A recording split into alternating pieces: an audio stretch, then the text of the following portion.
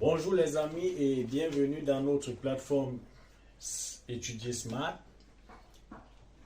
plateforme dédiée à l'accompagnement des apprenants, des élèves qui préparent les examens de fin d'année dans le cycle secondaire. Et ici, nous étudions les méthodologies sans lesquelles il est impossible de faire face à un sujet qui nous est soumis lors des épreuves, lors des évaluations. Un puissant homme de guerre avait l'habitude de déclarer: aussi puissante qu'elle soit, aucune armée ne peut remporter une guerre sans méthode. Aussi puissante qu'elle soit, aucune armée ne peut remporter une guerre sans méthode. Nous comprenons donc ici la nécessité, l'importance de la maîtrise de la méthodologie pour pouvoir faire face aux épreuves. Aujourd'hui donc, nous allons continuer dans cette lancée. Mais avant d'engager, je vais me présenter. Je m'appelle Monsieur Esso Félix, enseignant d'histoire, de géographie et d'éducation à la citoyenneté dans la plateforme, nanti de quelques années d'expérience pour vous accompagner vers l'objectif qui est le vôtre, avoir de bonnes notes dans ces disciplines lors des évaluations en classe ou encore lors des évaluations, les examens de fin d'année.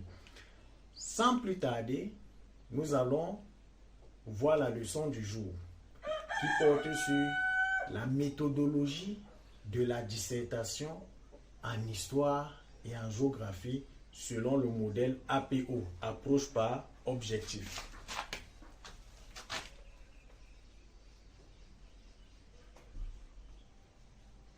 Méthodologie de la dissertation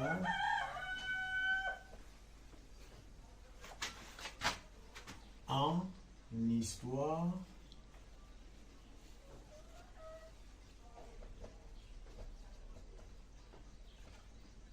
géographie. Bien. La méthodologie de la dissertation, on fait la précision en histoire et en géographie parce que chaque discipline a une méthodologie qui la caractérise. Le français a sa méthodologie, la philosophie a sa méthodologie, les autres sciences humaines comme la sociologie, l'anthropologie ont également leur méthodologie. Les disciplines comme la chimie, la physique et autres ont leur méthodologie. On ne saurait donc traiter une épreuve d'histoire ou de géographie avec la méthodologie de la chimie ou bien la méthodologie de l'anthropologie ou encore de l'andragogie, la pédagogie. Voilà pourquoi nous allons entrer en détail dans les éléments qui constituent la méthodologie de la dissertation. Lorsque nous voyons les éléments, nous avons méthodologie. Dans méthodologie, on a méthode, on a méthode, on a aussi logie. Logie, c'est science. Méthodologie, la science de la méthode. La science de la méthode. La dissertation, c'est la rédaction logique, ordonnée et pertinente d'une production. Ça peut être un sujet, ça peut être un problème, mais il faudrait qu'on soit logique, pertinent et même intelligent dans ce que l'on est en train de dire. On va donc passer sans perdre de temps. La méthodologie de la dissertation en histoire-géographie comporte principalement trois grandes parties qui sont l'introduction,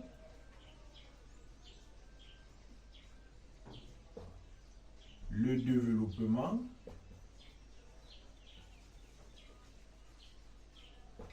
ou corps du devoir et la conclusion. Chacune des parties jouant un rôle important dans la structure de la dissertation. Bien. Pour ce qui est de l'introduction, la première partie, comme son nom l'indique, C'est dans cette partie que l'apprenant introduit son sujet. C'est dans cette partie que l'apprenant introduit son devoir. Et dans cette partie, il doit être bref. En étant bref, il ne doit sauter aucune étape. Le respect des différentes étapes qui constituent chacune de ces parties est primordial. Pour ce qui est donc de l'introduction, on va revenir plus bas. L'introduction. Pour avoir une bonne introduction, on doit respecter ces étapes. Première étape, le préambule. Deuxième étape, la problématique. Et la troisième étape qui est le plan. Ils ont d'autres noms. Le préambule peut encore être appelé amorce. Il peut encore être appelé entrée en matière. Il peut encore être appelé accroche. On a la problématique qui va découler bien entendu du problème que pose le sujet. Et le plan. Dans le plan, on va juste faire une annonce. Qu'est-ce qu'on attend donc de l'apprenant dans ces trois parties? Dans la première partie, dans la première sous-partie de l'introduction, on attend de lui qu'il fasse un préambule. Le préambule, c'est la première phrase que l'apprenant utilise lorsqu'il est en train d'aborder son sujet. On l'appelle une phrase choc, une phrase percutante, comme on dit, une accroche. Ce qu'il va dire dans sa première phrase va déterminer si le lecteur va rester accroché ou il va décrocher. C'est une entrée en matière. Et on sait que l'entrée en matière est capitale. On l'appelle encore une amorce. Une amorce est importante pour le début de chaque chose que l'on veut réaliser. Donc, le préambule est une phrase qui permet de mettre dans son contexte le sujet, en donnant les bornes spatio-temporelles. Dans le temps et dans l'espace, l'apprenant cadre le sujet dans le préambule. Lorsqu'il a fini avec son préambule et qu'il est clair, ou bien il peut encore prendre comme méthode la définition. Et lorsqu'il a achevé avec que c'est clair, on est d'accord que la problématique va découler d'elle-même. La problématique va découler d'elle-même parce que l'amorce a été bonne. La problématique, c'est la question qui découle du sujet.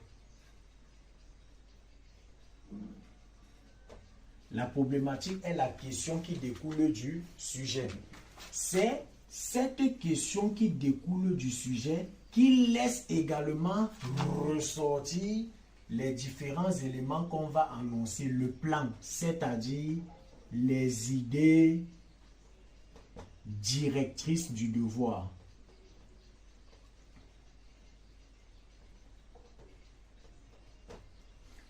Les idées maîtresse du devoir. Bien, dans cette dernière partie qu'on appelle le plan, on n'attend pas de l'apprenant qu'il développe les éléments qu'il annonce, mais il fait juste une sorte d'annonce. On peut dire par exemple, dans le plan, aujourd'hui, je vais préparer, par exemple, le couscous avec la sauce gombo. Il a annoncé. Ce n'est pas dans l'introduction qu'il va développer comment est-ce qu'il va faire le couscous. Ce n'est pas dans l'introduction, dans le plan qu'il va développer comment est-ce qu'il va faire la sauce gombo. Ce sont des idées choc. Comme on a dit, dans l'introduction, tout doit accrocher l'attention du lecteur. L'introduction est donc une partie importante pour la réussite de son devoir de dissertation. Pour réussir, il faut avoir une bonne introduction. Et la maîtrise de ces différentes parties est primordiale. Lorsqu'on a donc annoncé les idées maîtresses du devoir, on voit qu'on a ici devoir. On a annoncé les idées maîtresses du devoir. On voit directement la deuxième partie qui est le développement au corps du devoir. Qu'est-ce qu'on attend de l'apprenant dans le développement? Et c'est même d'abord quoi?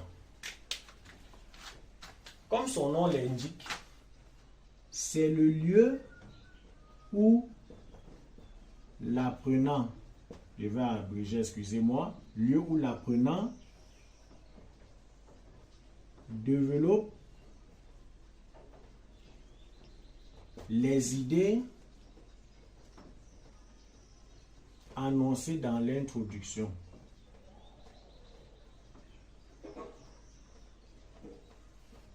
L'apprenant développe les idées annoncées dans l'introduction.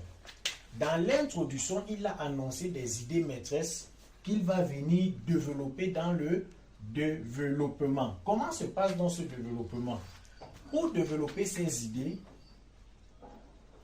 il y a d'abord l'idée maîtresse.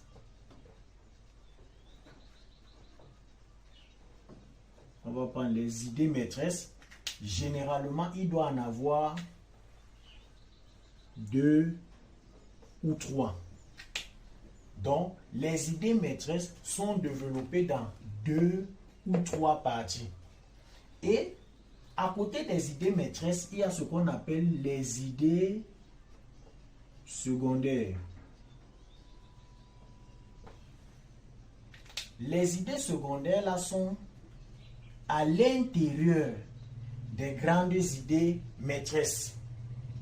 Et les idées secondaires sont accompagnées des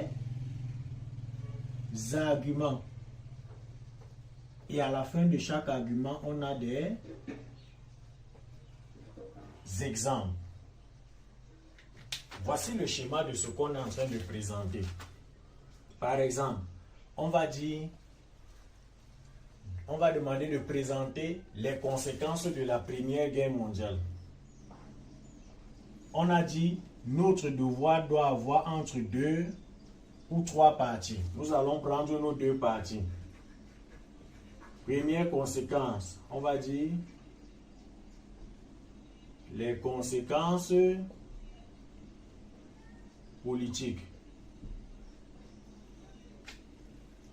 C'est ça qu'on appelle idée maîtresse.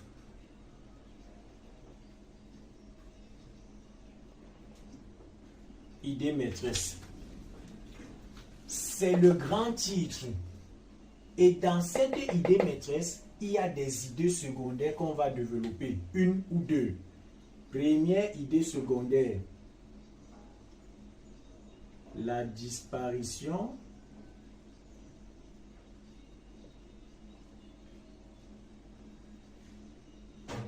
de certains États. On va appeler ça idée secondaire 1. À côté de l'idée secondaire 1, on a l'argument. Donc ici, on a l'argument qu'on va donner. Après l'argument, on a l'exemple. Comme exemple, la disparition de certains États. Par exemple, l'Autriche,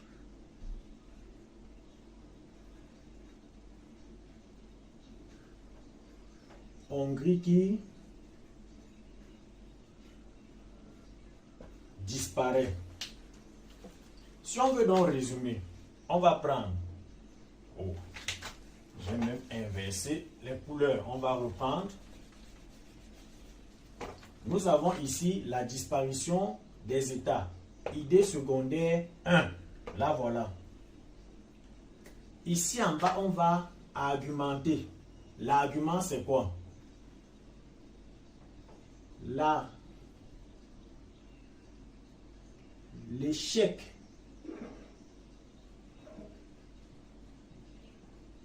de certains empires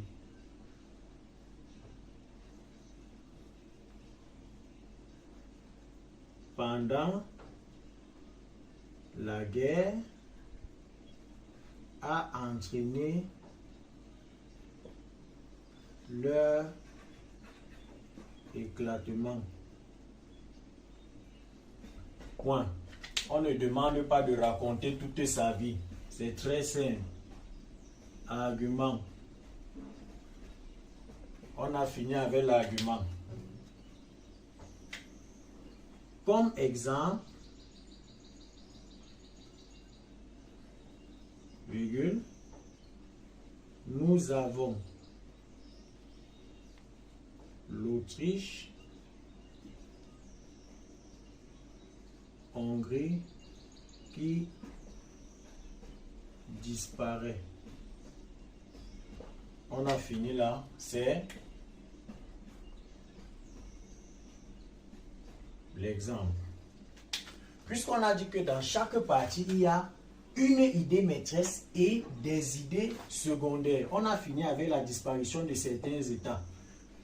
Notre deuxième idée, c'est quoi? La naissance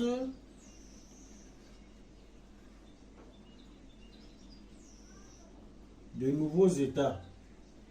En passant, je suis au brouillon. N'allez pas faire comme ça là à l'examen. Il dit qu'on avait dit on met grand 1, on met petit 2. Voilà l'idée secondaire numéro 2. L'idée secondaire numéro 2. Bien. On aura l'argument. Lorsque, on va dire ici, lorsque les empires ont éclaté, virgule, l'on a observé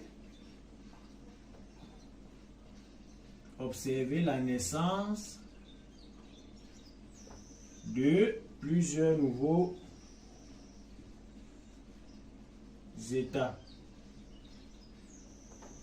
On ne demande pas à l'enfant, à l'apprenant, d'inventer, de créer. C'est juste une logique, c'est simple. On a donné le deuxième argument. Par exemple, virgule, l'Autriche, Hongrie disparaît pour donner l'Autriche et la Hongrie.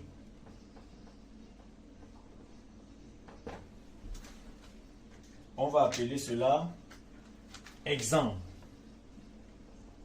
Donc, exemple 2 de l'idée secondaire 2. Argument 1, argument 2. On a donc, première idée secondaire, les conséquences politiques. Et dans les conséquences politiques, l'apprenant va évoquer au maximum 3 idées secondaires qui sont en rapport avec les conséquences politiques ou au minimum 2 idées secondaires. Nous pouvons faire 2.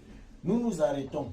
Et à la fin de chaque partie, il y a ce qu'on appelle la transition. Qu'est-ce qu'on peut dire ici comme transition? Les conséquences de la Première Guerre mondiale ne se sont pas arrêtées seulement sur le plan politique. On en a observé sur le plan économique. Et on reprend la même chose. Grand 2, les conséquences économiques. Idée maîtresse. Première petite idée. Comme conséquence économique, la destruction de nombreuses infrastructures. Ça, c'est une conséquence. On donne la destruction de nombreuses infrastructures. Pendant les affrontements entre les différentes puissances en guerre, de nombreux dégâts ont été observés. Par exemple, la destruction des industries, la destruction des voies de communication. On était sur la destruction des infrastructures. On continue en disant, petit 2, après la destruction des infrastructures, on va en petit 2, la naissance de la crise économique qui a frappé le monde. Évidemment, pendant la guerre, de nombreux États se sont endettés et ils ont été incapables de rembourser leurs dettes à la fin de la Première Guerre mondiale. Conséquence, l'économie, les pays riches qui avaient de grandes productions ne pouvaient plus vendre puisqu'il n'y avait plus personne pour en acheter. On est arrivé à cela. Il y a faillite, la crise économique. On observe cela aux États-Unis d'Amérique. Ça part des États-Unis pour se répandre dans le reste du monde. Voilà comment on fait. Nos deux parties sont finies. On ne perd plus le temps. On tombe directement, là je vais nettoyer, dans la dernière partie qu'on appelle la conclusion. Je vais nettoyer les précédentes.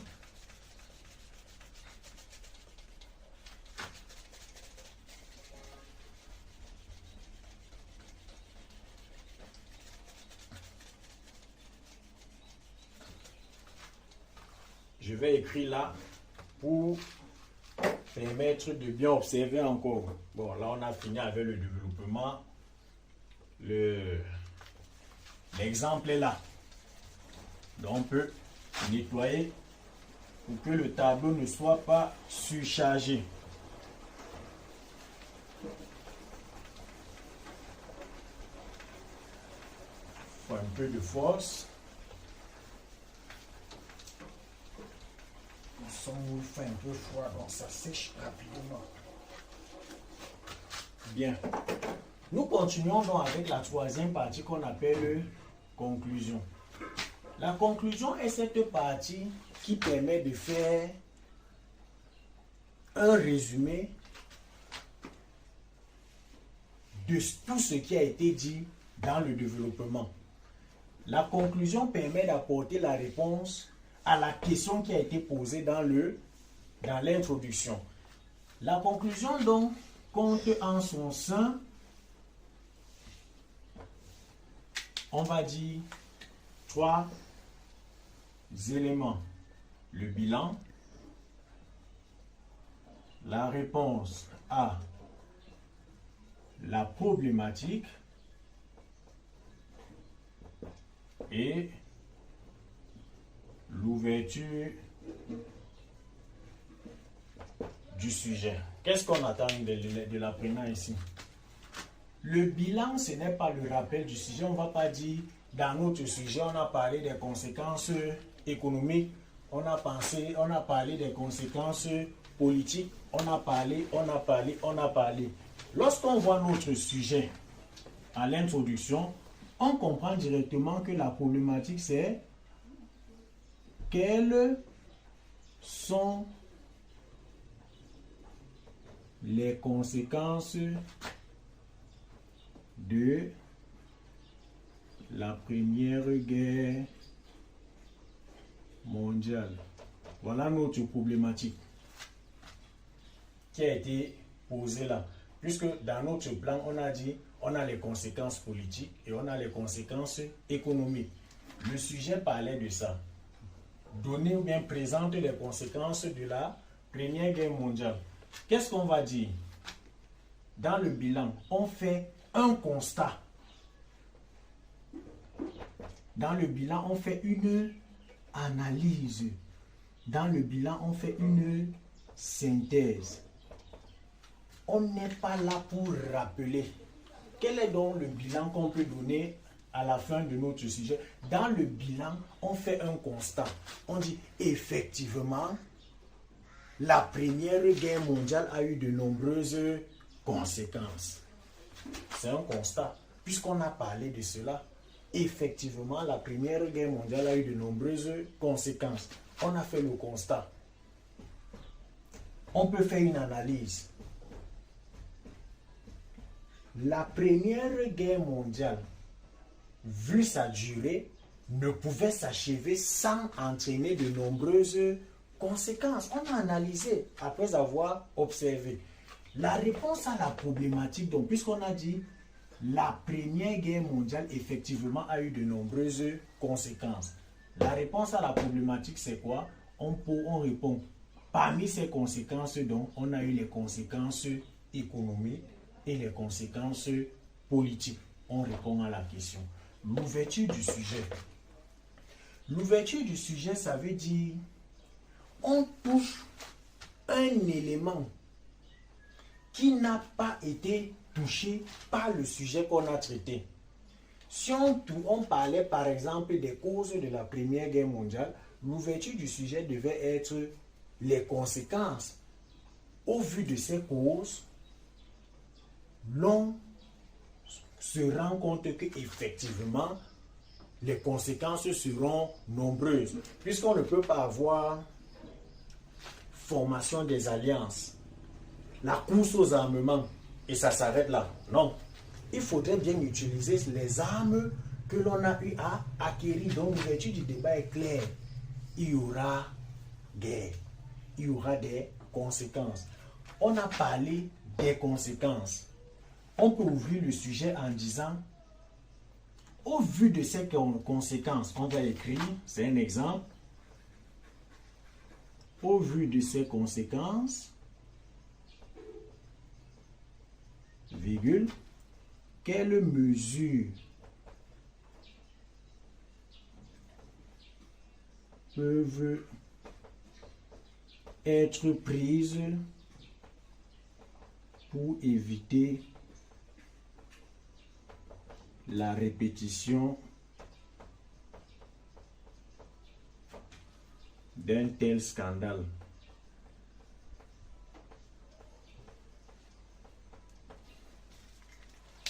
On comprend directement que ici, les hommes vont convoquer de nombreuses retraites, de nombreuses conférences, de nombreuses rencontres, de nombreuses conventions. Ils vont signer pour éviter qu'il y ait encore un tel phénomène. Mais là, ça ne nous regarde pas. Nous, on pose juste la question. Donc, les amis, voilà ce qu'on doit retenir de manière sommaire de la méthodologie de la dissertation en histoire et en géographie. Il y a tellement à dire et dans les prochaines vidéos, nous allons essayer d'entrer beaucoup plus en détail en étudiant particulièrement chaque partie. Si tu as aimé, n'oublie pas de t'abonner, n'oublie pas de commenter, n'oublie pas de liker et n'oublie pas de partager pour que plusieurs autres bénéficient aussi de cette petite expérience, de ce petit partage. Ne l'oublie pas, aussi puissante qu'elle soit, aucune armée ne peut remporter une bataille sans méthodologie. Merci et à la prochaine.